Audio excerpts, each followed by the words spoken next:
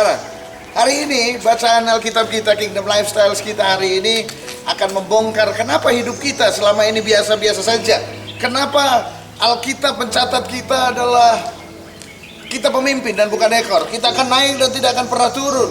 Firman Tuhan berkata bahwa kita adalah anak raja. Firman Tuhan berkata bahwa kita ini adalah orang-orang yang luar biasa. Tetapi kenapa kondisi kita hari-hari ini tetap begini-begini saja? Nah, hari ini kita akan bongkar itu semua. Sebab bacaan kita dalam kitab Yeremia pasal yang ke-52 dan Wahyu pasal yang pertama, juga Mazmur pasal yang ke-143 sampai 144 membongkar kenapa hidup kita seperti ini, biasa-biasa saja, tidak seperti yang dikatakan Alkitab. Bahkan banyak di antara saudara tidak menjadi kepala, bahkan menjadi ekor. Ini dia. Dalam Yeremia pasal yang ke-52 Alkitab mencatat begini. Saya bacakan buat saudara, Yeremia 52 ayat yang ke-33 dan 34. Alkitab mencatat begini, Yoyakin boleh mengganti pakaian penjaranya. Jadi Raja Yoyakin ini menjadi seorang tawanan. Tetapi karena kebaikan Raja Babel pada waktu itu, maka Yoyakin boleh mengganti pakaian penjaranya dan boleh selalu makan roti di hadapan Raja selama hidupnya.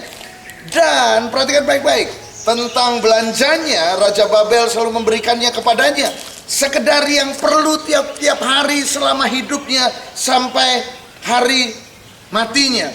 Bayangkan seorang raja, dia hidupnya dijatah.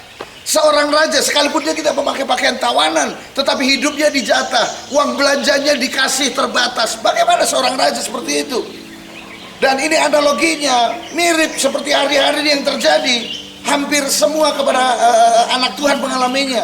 Kita ini anak raja, kita ini warga kerajaan, kita ini kepala bukan ekor. Kita tidak akan berhutang, tetapi kita akan menghutangi. Tetapi faktanya hari ini justru yang terjadi sebaliknya. Banyak anak Tuhan yang hidupnya terbelenggu, banyak anak Tuhan yang sepertinya hidupnya bebas, tetapi sesungguhnya segala sesuatu yang ada pada hidupnya dia dijatah seperti Raja Yoyakin ini. Kenapa bisa begitu? Mari saya beritahu buat saudara, kenapa bisa terjadi seperti ini? Karena sesungguhnya banyak orang yang belum bebas, tetapi dia dalam belenggu, dia dalam tawanan, sekalipun keadaan tubuhnya bebas. Yang ditawan apa? Pikirannya. Ini dia. Banyak orang hidupnya tidak bisa maju, banyak orang hidupnya tidak bisa melampaui batas, banyak orang yang penghasilannya tidak bisa melebihi dari angka tertentu. Mungkin ada di antara saudara yang penghasilan saudara tidak pernah bisa melebihi dari angka 10 juta. Mungkin ada di antara saudara yang tabungan saudara tidak bisa melebihi dari angka 5 juta. Mungkin lebih sebentar, tetapi kemudian nggak lama turun lagi ke angka yang seperti itu terus. Kenapa begitu? Ternyata yang dibelenggu adalah apa? Pikirannya, saudara. Pikirannya dibelenggu. Bagaimana caranya pikiran kita bisa terbelenggu? Yes, yaitu melalui peristiwa-peristiwa yang pernah terjadi dalam kehidupan kita. Ini dia, peristiwa kegagalan, peristiwa yang menyakitkan, peristiwa dikecewakan, peristiwa kita melihat kesulitan demi kesulitan, sehingga itu membelenggu pikiran kita.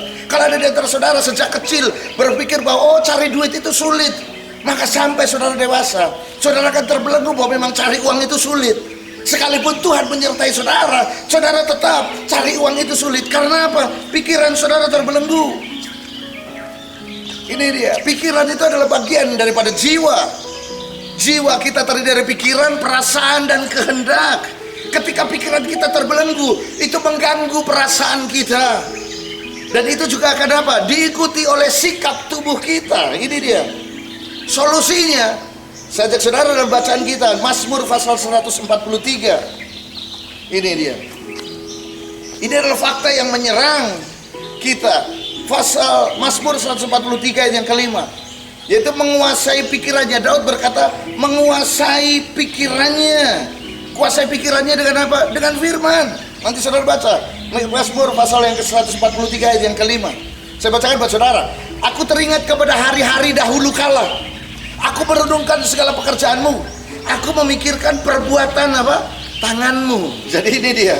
Pikiran saudara yang tidak bisa, yang membatasi saudara, terbelenggu oleh kegagalan saudara, terbelenggu oleh masa lalu saudara. Tetapi hari ini ada obatnya, ada kabar baik buat saudara, ada obatnya untuk saudara keluar dari belenggu pikiran saudara, yaitu apa? Merenungkan firman, memikirkan perbuatan tangan Tuhan. Ini dia.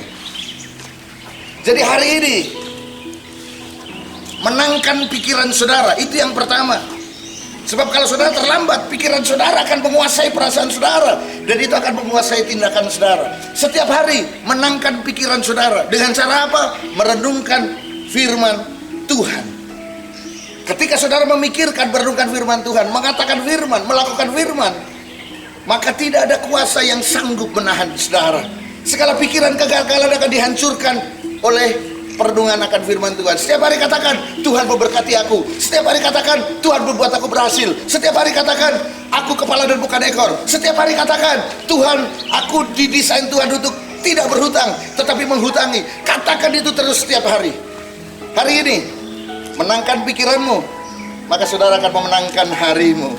Tuhan Yesus berkati saudara, Kingdom Lifestyle hari ini.